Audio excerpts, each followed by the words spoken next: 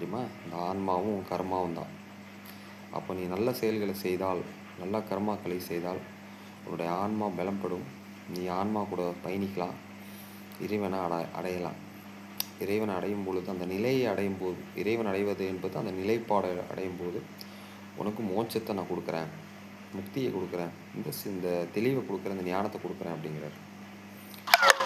அப்போது இந்த மாதிரி இருக்கிற காலகட்டத்தில் நாம் தவறாக புரிந்து கொண்டு இந்த பூமியை நிரந்தரமாக நினைத்து கொண்டு, இந்த பூமி வந்து நமக்கு வந்து நிலைக்காது, சரிங்களா? பத்திரத்தில் எழுதிட்டா நமக்கு அந்த பூமி சொந்தமாயிருங்கிறது ஒரு மிகப்பெரிய முட்டாள்தனம். அதுவே வந்து நமக்கு இன்னும் புலன்படலை. ஃபஸ்ட்டு ஆஃப் ஆல் இந்த பத்திரத்தில் 10 40க்கு 30 50க்கு 60 இப்படி 2.5 சென்ட்டு 3 சென்ட்டு 10 ஏக்கரா 100 ஏக்கரா 5000 ஏக்கரா 500 ஏக்கரான்னு எழுதிக்கிறீங்களே, ஒன்று கேட்கட்டுமா? நான் சின்ன குழந்தைங்க விளையாடும் பாருங்கள், சின்ன குழந்தைங்க ப்ரீகேஜி எல்கேஜியில் விளையாடும் பாருங்கள், பார்த்துருக்கீங்களா?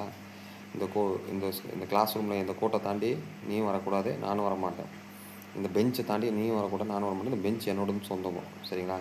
4 மணிக்கு பெல் அடிச்சோன்னே கழுத்தை பிடிச்சி வெளியே தள்ளிடுவாங்க ஸ்கூலில்.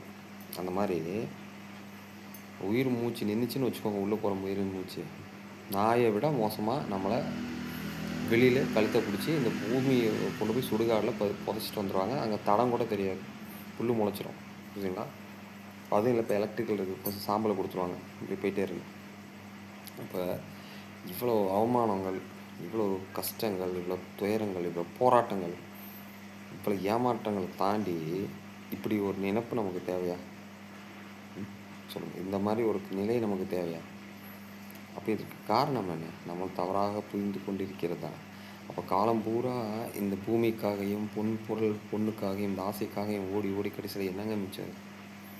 என்ன மிச்சம் இருக்குது சொல்லுங்கள்? ஒரு நாள் இதுக்கெல்லாம் கையை விட்டு போகுது. அப்போ நிரந்தரமாக நமக்கு கிடைக்கக்கூடியது என்ன அப்படின்னா இறைவனோட அன்பு தான். அந்த இறைவனோட அன்பு தான். அவரை விட என்னங்க இருக்குது இந்த உலகத்தில்? அவர் யோசித்து பாருங்கள்.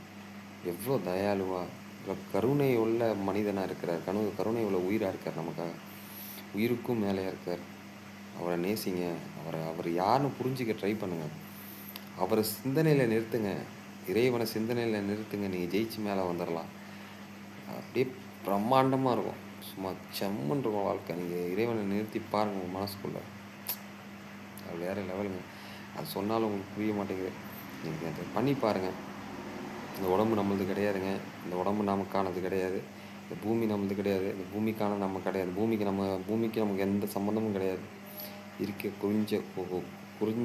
ரொம்ப குறுகிய காலத்தை எவ்வளோ அன்பாக, எவ்வளோ உயர்ந்த தரமாக, எவ்வளோ நிம்மதியாக, எவ்வளோ பிரம்மாண்டமாக வாழ முடியுமோ வாழுங்க. இருக்கிற வரைக்கும் தாங்க வாழ்க்கை. திருச்சிட்டோம்.